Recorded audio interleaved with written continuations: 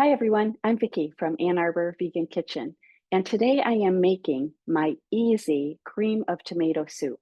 You won't believe how quickly this comes together. It's very few ingredients. You probably have them all on hand already, and it makes the most rich, delicious, creamy soup that you can enjoy throughout the week, and it freezes really well too. So here we go. We're going to get started. We put everything into a pressure cooker. Of course, if you don't have a pressure cooker, you can just cook this on the stove. But here's what we're going to do. We're going to start with a chopped shallot.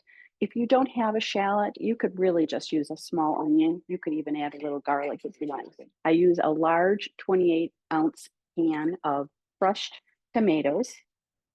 I also use fire roasted diced tomatoes and some whole tomatoes.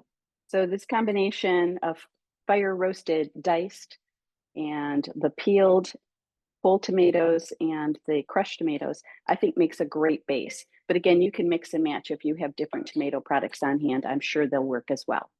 And now we add our cashews. So I have raw cashews, about half a cup, 3 cups of water, and our seasoning. So we've got salt, pepper, and some basil. That's everything. Now we're going to turn this on to cook in the pressure cooker. We'll be locking the lid in place, putting it to high pressure for 20 minutes, and then I'll see you on the other side. So our soup is nice and hot. Everything is boiling away. We've got tomatoes, all of these flavors and seasonings. Everything is ready to blend. So now what we are going to do is put this into our Vitamix to make sure everything turns out to be nice and creamy. So I'm going to take my time because it's boiling hot and we want to be careful as we're scooping ladles full of this hot soup into our Vitamix container.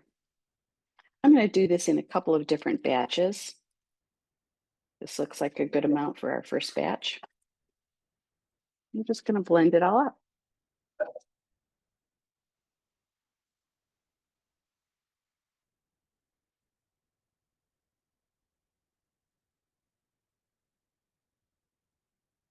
You can see how hot this is. I'm going to pour this into I'm going to actually put it into a soup pot so that we can just do a few batches here at a time.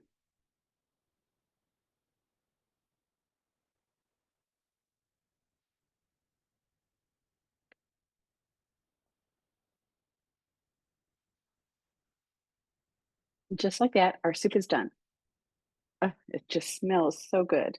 I'm going to grab a spatula here to get all of our delicious flavors. And our soup is entirely ready. Got a couple of quarts here of wonderful, creamy tomato soup. And 2 little things I'm going to do to finish it off. One is I'm going to put in a tablespoon or 2 of a nice balsamic vinegar and just kind of blend that in. And that just adds a little tiny bit of sweetness and balances all of the flavors beautifully. And we are ready to serve. So of course we can store this in the refrigerator and or freezer for as long as we like, for several days at least in the refrigerator. And we're ready to serve. So I'm just going to put a little bit of this, couple of ladles full of this beautiful soup into a pretty bowl. We're ready to serve. And what I love about this soup, among many things, besides how delicious it is how lovely it allows itself to be transformed with different toppings. So I actually have here some homemade croutons from a sourdough bread. My recipe for that is on my website. I'm just going to put a little bit of these crunchy croutons on top of the soup, and I just think it's delicious this way. You can also serve this with an orzo. You could also serve it with brown rice, but it's just wonderful. And it's so creamy, delicious, and rich, and perfect for fall or any chilly day. I love this soup.